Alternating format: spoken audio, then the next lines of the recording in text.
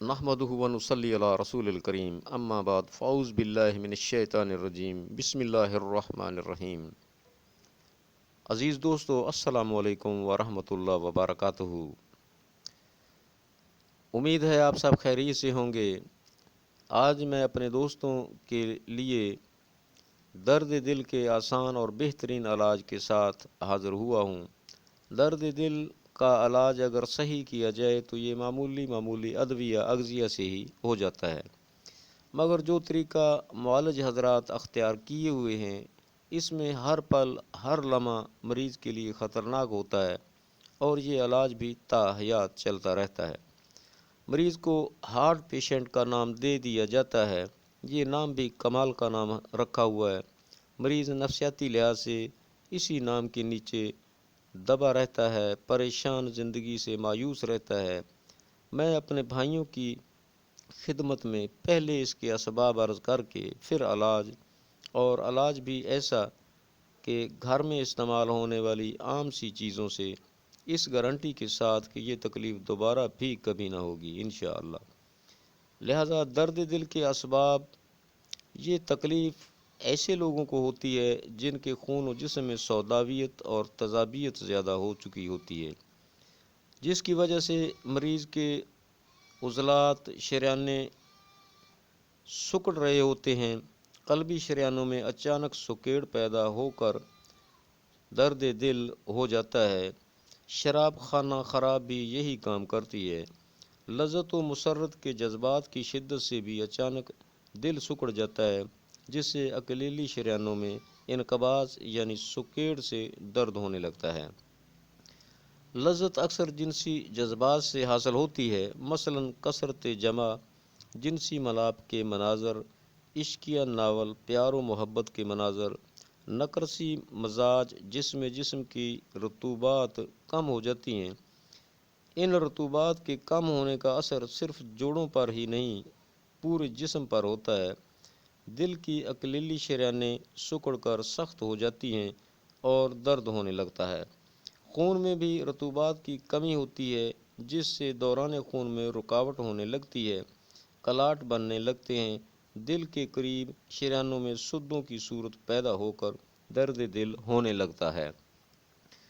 درد دل کے اسباب کے بعد اب میں اس کے علاج کی طرف آتا ہوں۔ دوستو، درد دل کا جو طریقہ علاج میں آپ کی خدمت میں عرض کر رہا ہوں بے شک بہت سادہ سا ہے، مگر اس طریقہ علاج سے بہتر اور حقیقی طبی اصولوں کے مطابق آپ کو پوری دنیا میں نہیں ملے گا۔ یہ میرا چیلنج ہے۔ درد دل کے مریض میں حتی الامکان حرارت پیدا کی جائے گی۔ دورہ کے وقت اگر کچھ بھی میسر نہ ہو تو فوراً گرم پانی یا شہد کا قہوہ، اجوائن پودینہ کا ہلکا سا قہوہ بنا کر پلائیں۔ دعا کے طور پر ہر وہ چیز، دعا ہو یا غذا ہو، اس کا مزاج گرم تر ہونا چاہیے، کیونکہ گرم تر ادویہ فوراً قلب و عضلات میں تحلیل پیدا کر کے حرارت بحال کرتی ہیں، جس کی وجہ سے عضلاتی سکیڑ فوراً ختم ہو جاتا ہے۔ قلب و عضلات کے پھیلنے سے بے چینی، گھبراہٹ، درد دور ہو کر صحت بحال ہو جاتی ہے۔ مفرد ادویہ میں آپ مریض کو یہ چیزیں استعمال کرا سکتے ہیں: سونف، اجوائن، سونڈ، نشادر، مرچ سیاہ، سنا مکی، زیرہ سفید، سرنجہ شیریں، گڑ، اشگندھ، ریوند چینی، گندھک آملہ سار، تھوم، شہد وغیرہ۔ ان میں سے جو چیزیں بھی آپ استعمال کرائیں گے وہ مریض کو فائدہ مند ثابت ہوں گی مریض کے لیے۔ ویسے بھی آپ ان چیزوں کا تمام چیزوں کا صفوف بنا کر اسے 1/2 چمچ روزانہ 1 تا 2 دفعہ 3 دفعہ مریض کو ویسے ہی چائے، قہوہ یا گرم پانی کے ساتھ استعمال کرا سکتے ہیں۔ اس کے علاوہ میں آپ کو ایک سادہ سا مختصر سا نسخہ بتائی دیتا ہوں۔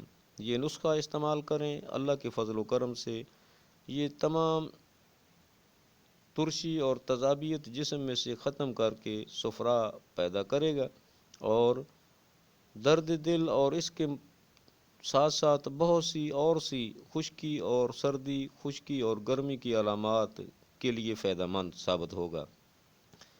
تو نسخہ حاضر ہے: اجوین دیسی 20 گرام، رائی 20 گرام، تیز بات 20 گرام، گندھک آملہ سار 60 گرام۔ تمام ادویہ کو انتہائی باریک کر کے 1/2 گرام دن میں 4 بار نیم گرم پانی، چائے یا قہوہ سے۔ ترش فروٹ اور بادی اغذیہ، گوشت، مچھلی وغیرہ سے مریض کو پرہیز کرنا ہوگا۔ درد دل کا آسان اور شرطی علاج میں نے آپ کی خدمت میں پیش کر دیا ہے، فائدہ اٹھائیں۔ امید ہے میری ویڈیو آپ کو پسند آئی ہوگی۔ اگر میری ویڈیو آپ کو پسند آئے لائک کریں۔ مزید اچھی ویڈیو حاصل کرنے کے لیے ہمارے یوٹیوب چینل کو سبسکرائب کریں، ساتھ بیل پر کلک کرنا نہ بھولیں۔ شکریہ۔ آئندہ ملاقات تک کے لیے اللہ حافظ۔ السلام علیکم ورحمۃ اللہ وبرکاتہ۔